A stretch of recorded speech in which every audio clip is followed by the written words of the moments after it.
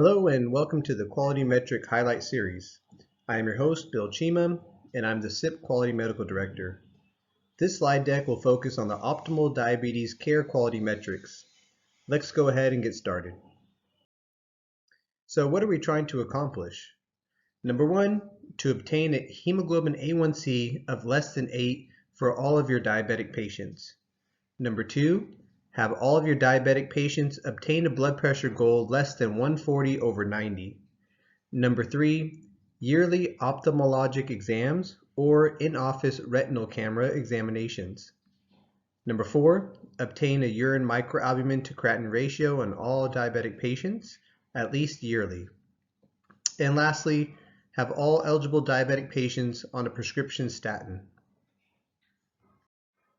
So why is this important? First, this will help to improve your patient's longevity and quality of life. It will help to decrease the risk of morbidity and mortality associated with diabetes, such as reduction in myocardial infarction and peripheral vascular disease, as well as amputation and chronic kidney disease. Lastly, this metric is tied directly to your incentive, and the better you perform, this will directly correlate to an increased quality incentive. As of 2018, 10% of the United States population had a diagnosis of diabetes, equating to roughly 34 million people. Diabetes was the seventh leading cause of death in the United States in 2017 and may be an underreported number. Roughly $237 billion are related to the direct medical costs from diabetes alone in 2018.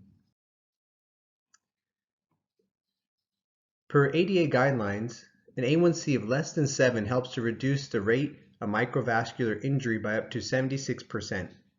This was based on the Diabetes Control and Complications trial. The UK PDS also confirmed this and showed persisting effects of early glycemic control on most microvascular complications.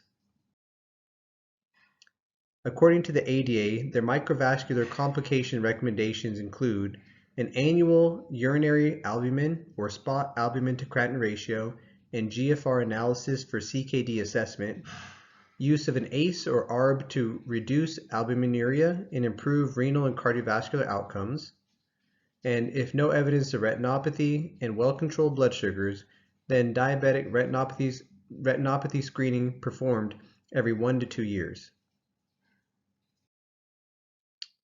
According to the ADA cardiovascular recommendations, the blood pressure goal of less than 140/90 is generally recommended to reduce any cardiovascular disease risk and slow any CKD progression. Statins are also highly recommended as primary prevention for those patients between the age of 40 to 75 without coronary artery disease, and those patients should be on a moderate to high intensity statin. Secondary prevention for those who have diabetes and CAD should be on a high intensity or maximally tolerated statin. So what are the SIP quality goals? First, we'd like to get all the hemoglobin A1Cs for all of our diabetic patients to be less than 8. Remember, if there is no recorded hemoglobin A1C, then the patient is automatically termed uncontrolled. We like to get annual microalbumin to creatinine ratio tests of at least make sure the patient is on an ACE or ARB prescription which has been filled. The blood pressure goal is to be less than 140/90 for the most recent recorded blood pressure. Once again, if there is no blood pressures recorded, then this patient is uncontrolled.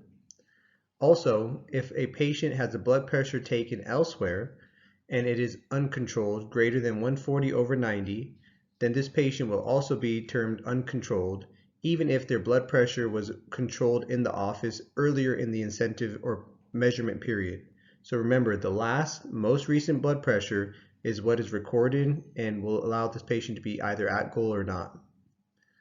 Retinal eye exams from any eye care professional or retinal photography in office every 1 to 2 years is also recommended, and record at least one dispensing prescription for a statin in the measurement year for the diabetic patient.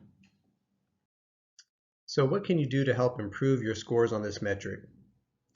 First and foremost, review your patient action list.